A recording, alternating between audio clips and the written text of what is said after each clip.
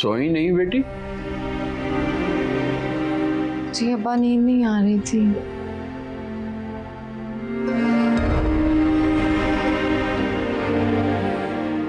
क्या हुआ? कुछ नहीं अब्बा, बस ऐसे ही सुबह से दिल घबरा रहा है। मुझसे शेयर करो। मुझे मालूम है ऐसा तब होता है जब सीने में दबा कोई राज नासूर बन के तंग करने लगता है। अब्बा, आप तो माहिर नफ्सियात की तरह मेरे दिल का हाल समझ लेते हैं। आपको पता है अम्मा घर इतना लेट क्यों आती हैं? बेटा वो तुम लोगों के लिए बहुत मेहनत करती है। मुझे बता रही थी कि किसी फैक्ट्री में जाती है। अब आप कितने अच्छे लाइफ पार्टनर हैं, अपनी बीवी के लिए हमेशा पॉजिटिव सोचते हैं, जबकि उनका रवैया तो आपके साथ बिल्कुल भी अच्छा नहीं है। बेटा वो मेरी बीमारी और जिम्मेदारियों से चिढ़ती है।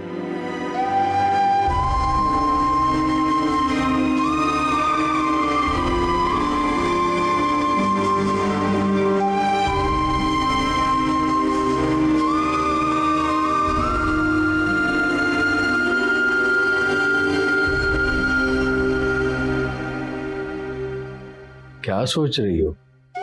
अगर कोई परेशानी है तो मुझे बताओ। अब्बा, आपकी बाहिम्मत बेटी हूँ, परेशानी को खुद से हैंडल करूंगी।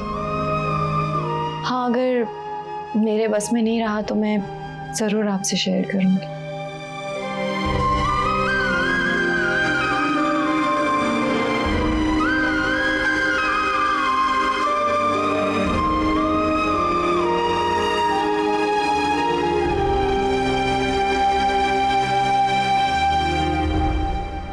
जी डॉक्टर। आप लोगों को मना किया था, उसकी कंडीशन ठीक नहीं है, उसे मुकम्मल बेड रेस्ट की जरूरत है। और आप लोग बाज नहीं आए और फिर भी उसे काम पर लगा कर रखा।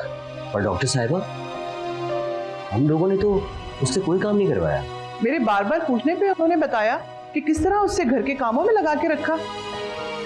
मैं संभालने की कोशिश कर रही हूँ, वरना माँ और बच्चे की जान को खतरा है।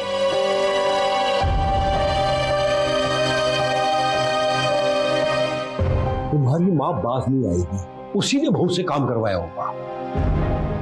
अबू, मैं अभी अम्मी से जाके बात करता हूँ। अभी रुको, अभी तुम्हारी यहाँ जरूरत है, बाद में जाके बात कर लेना।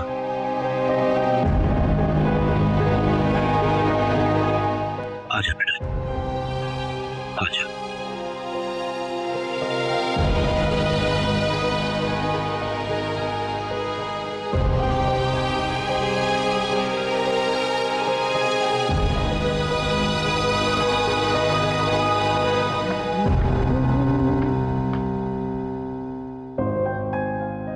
पता था मुझे कि तू अभी तक जाग रही होगी। ये वक्त भी आना था। पहले तो माँ अपनी जवान बेटियों पर पहरा दिया करती थी, लेकिन अब लगता है कि बेटियों को माँ पर पहरा देना पड़ेगा। तो मत दो पहरा। किसने कहा है पहरा देने के लिए? जाओ, सुकून की नींद दो। मैं ये जो कुछ कर रही हूँ ना, सिर्फ और सिर्फ तुम लोगों के मुस्तकबिल के लिए कर रही हूँ। नहीं चाहिए मुझे ऐसा मुस्तकबिल जिसमें लोग मेरी माँ के कैरेक्टर पर उंगली उठाएं। लोगों का क्या? लोग तो पहले भी बातें करते थे, लोग अब भी करेंगे और लोग बातें करते रहेंगे। लोगों की परवाह करना छोड़। अम्मा, अगर आप अब भी बाज ना आई ना उस शख्स से मिलने से, तो मैं अब्बा को सब कुछ बता दूंगी। अच्छा, तो फिर मैं भी तेरे अब्बा को साफ साफ बता दूं कि मैं उस शख्स से शादी करना चाहती हूँ। सिर्फ और सिर्फ तुम लोगों की वजह से रुकी हुई। जब तक तू और फरवा अपने घर की नहीं हो जाती, मैं ऐसा कुछ नहीं सोचूंगी।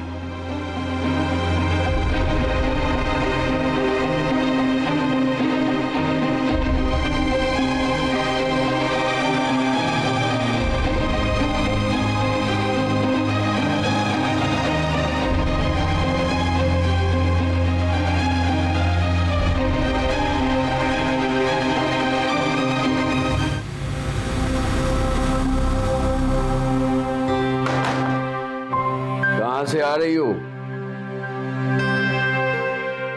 नौकरी से।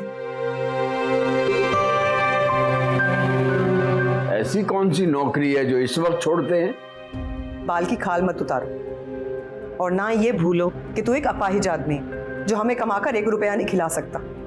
तो मेरे आने जाने पे भी नजर मत रखा कर। तुम भी मत भूलो कि अपाहज हूं, बेगैरत नहीं। ना मतलब क्या है तेरा? हाँ, क्या मैं रंगरलियां मनाती फिर रही हूँ? वैसे तेरे जैसे बददिमाग आदमी की सोच में ना यही कुछ आ सकता है। लगाओ इल्जाम, लगाओ जितने लगाने हैं। आहिस्ता बोलो, मोहल्ले वालों को आवाज मत सुनाओ अपनी। ना मैं मोहल्ले वालों से डरती हूँ, खाने को देते हैं मुझे। अरे मेरे ही नसीब बुरे थे जो तेरे जैसे शख्स के पल्ले बंध गई। पता नहीं किन गुनाहों की सजा मिल रही है। मेरे अल्लाह मुझे माफ कर देना। पकड़े जाने पर ड्रामे शुरू हो जाते हैं तुम्हारे। बस बस, तेरे ड्रामे भी कुछ कम नहीं है। मेरे ड्रामों की बड़ी तकलीफ है तुझे। पता नहीं कब जान छूटेगी मेरी इस इंसान से।